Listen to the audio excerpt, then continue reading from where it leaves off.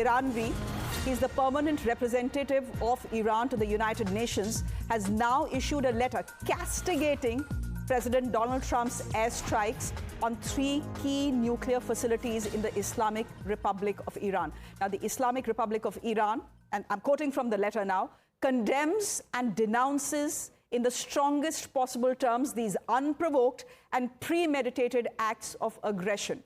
In fact, the Islamic Republic of Iran urgently requests the Security Council to convene an emergency meeting without delay to address this blatant and unlawful act of aggression, to condemn it in the strongest possible terms and take all necessary measures under its charter mandated responsibilities, that the perpetrators of such heinous crimes is fully held accountable and does not go unpunished. Pathikrit Payne, would you want to come in here? This is Iran asking for help, but look at who they're asking for help from, the United Nations, which in any case, many people believe across the world is a toothless body.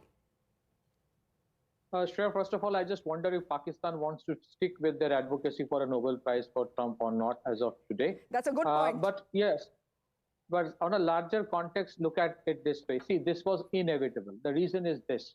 Once Israel took the decision that they want to get inside Iran and strike, that could not have been a decision alone of Israel. It had a tacit approval from Washington. But Israel does have a limitation of capacity. You cannot use a GBU-57 15-ton, bomb on a F-35 or an F-16. You need a B-2 bomber for that, which Israel doesn't have. Now, once they have decided that we want to, defang the nuclear capacity of Iran, if the Americans had not done what they did today, the other option for Israel was, to use the Jericho ballistic or hypersonic missiles armed with a tactical nuclear warhead, given the scenario for taking down Fordo, which would have far more sinister consequence so far as the Middle East is concerned. Now, what happens from here is this. I don't think beyond the token condemnation, which UN is very good at, nobody will do anything. The biggest frustration for Iran is this, that they actually tried to galvanize the whole Islamic world into one. They thought that the Arab states will rise in their favor. Nothing of that sort is happening, because the aerial refueling, which is happening of the Israeli planes, have been happening on the Arab airspace. The interception of the missiles coming towards Israel, they're all happening on the Arab airspace, which means there are a lot of subterfuges in this conflict. The Arab states equally do not want, the Iran to have a nuclear weapon. And I think they don't mind if the Iranians are cut down to size. They don't want, extermination or annihilation of the civilians. Now, the problem is this. The war does not get over for Israel. Neither the war gets over for Iran. For Iran, the problem is this. Iran's Iron Dome was Hezbollah, which has been cut down by Israel. So they had no other option but to go to the next level. The issue is this. What happens next?